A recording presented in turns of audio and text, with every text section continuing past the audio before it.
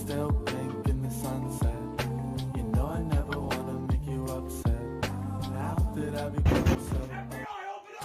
Hello everyone, in today's lesson I'm gonna teach you the 4 futures, okay? A lot of you know 2 futures. I think a lot of you probably know will and going to. But now I'm gonna teach you 2 more futures and teach you how they are different from one another, okay? So let's get started with the present continuous future. So the present continuous is when you have be verb, okay? For example, I am, you are, he is, she is, etc. Plus the verb and ing, okay? So we have in this case am and the verb ing. This is known as the present continuous. It is usually one of the first things you will learn when you are learning English. So a lot of you know the present continuous and you think it is taking place now, right? Yeah, you're right. But we can also use it to talk about the future. So we use the present continuous to talk about the future that is going to happen very soon. So for example, if you ask me, bro, what are you doing this weekend? Well, I'm hanging out with my friend this weekend, okay? Or I might say, I'm shopping this weekend. I'm studying this weekend. So if you ask me, what are you doing tonight? Well, you know,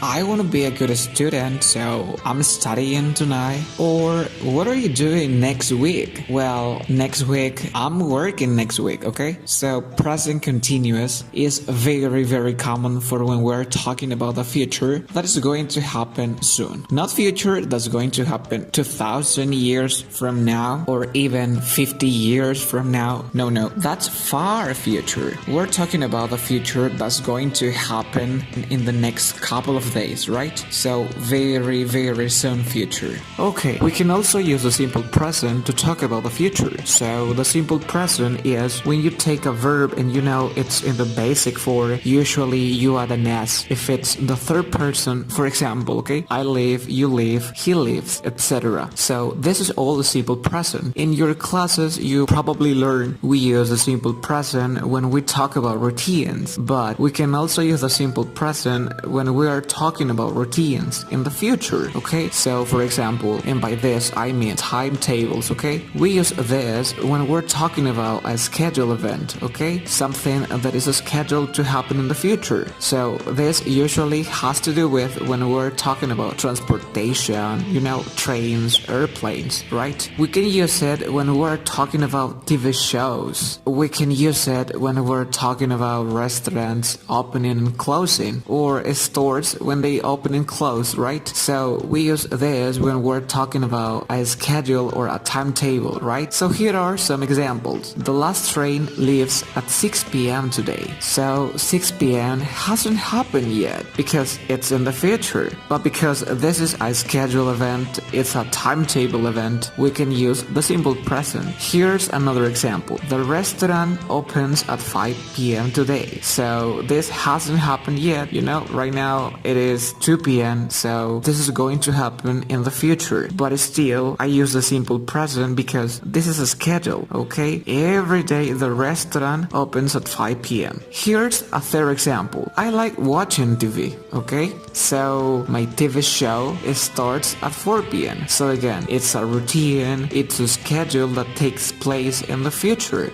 but it is still a schedule, so we can use the simple present here. So now we have be going to. For examples, you know, I'm going to study, I'm going to sleep, you are going to watch a video, okay? These are examples of the be going to plus a verb, okay, in the future. So we use this when we are talking about the near future, right? Similar to the present continuous. So it's not a future that's very far away, okay? It's soon. But it's a future where we think something is gonna happen and we have evidence that something is gonna happen, okay? So for example, I'm gonna study English next month. This means you probably have your ticket already bought. You're pretty sure about this. There's not a lot of confusion. This is almost going to happen, almost certainly. So you're pretty sure about this, you know? I'm gonna study English next month. Another example, imagine I watch the weather station, okay? And the meteorologist has predicted the weather, okay? But it's a very good prediction because we see these clouds in the sky. There's a lot of evidence, it's gonna rain because there's evidence. We could use this tense and we could say it's going to rain all week. So this is based on some sort of evidence. This is likely to happen and we're pretty sure it's going to happen. We have some evidence that makes us think it's going to happen. So this is a bit different from will, okay? Which is one of the maybe easier futures to think about, okay? We use will plus a verb. For example, I will always love you. I will study hard. I will do my taxes on time. Okay, so we use will plus a verb when we're talking about, first of all, in the far future, okay? So present continuous is all soon. This is very soon, whereas this is very far. So for example, in 50 years, everyone will speak Chinese. We use this also when we're not sure about something. This is my prediction, but I don't have much evidence of this. I'm not very sure. So I will use will because I'm not sure. Whereas if I'm very sure, there's a lot of evidence, I know it's going to happen, I use be going to, okay? So this one, there's not a lot of evidence, and it's a prediction. We don't have evidence. Another example, aliens will invade Earth, okay? In 25 years, aliens are coming. They will invade the Earth. So I don't mean to scare you. Luckily, I'm using will, which means I'm not really sure, okay?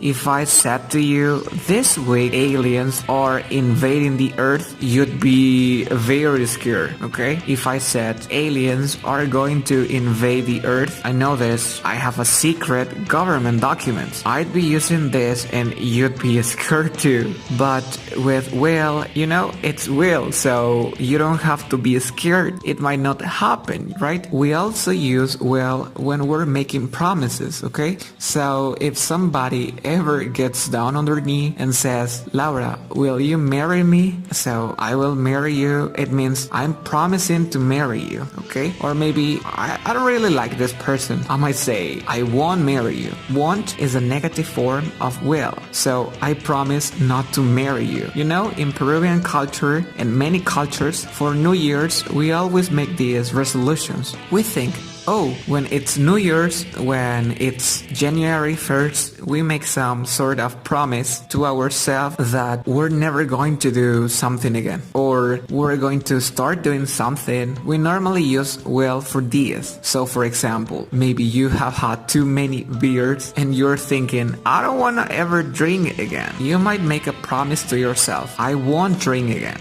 I will never drink again, okay? Or maybe you want to stop smoking. I will never smoke again. I will never do this again, okay? Maybe your parents are angry at you because, you did really bad on a test. A promise, I will work harder. I will study harder. So these are promises. We use will for promise. Finally, we also use will for volunteering, okay? When we want to volunteer for something, we want to offer our help. We want to help someone, we can use will. So for example, Laura, can you clean the dishes? I'll do it. Pepito, can you vacuum the floor? Sure, I'll vacuum. Okay, or I'll help you. I'll get the phone. I'll help you with your homework. I'm volunteering, and so I use will, okay? So just to recap, just to quickly go over everything. There are 4 futures I'm teaching you today. Present continuous can be used as the future if it's very soon. Simple present can be used for the future if it's a routine or a schedule. Something that is like, if you look at a schedule in the future, we can use a simple present. Okay, we can use be going to if we're talking about the near future and some kind of plan that or prediction have evidence for. We are pretty certain it's gonna happen, okay? And then we can use will and a verb for the far future, okay? And for a promise or when we wanna volunteer for something, okay? So there you have it, 4 futures. Cuánto lo siento. Yo también estoy sorprendido. por el poder que tengo ahora.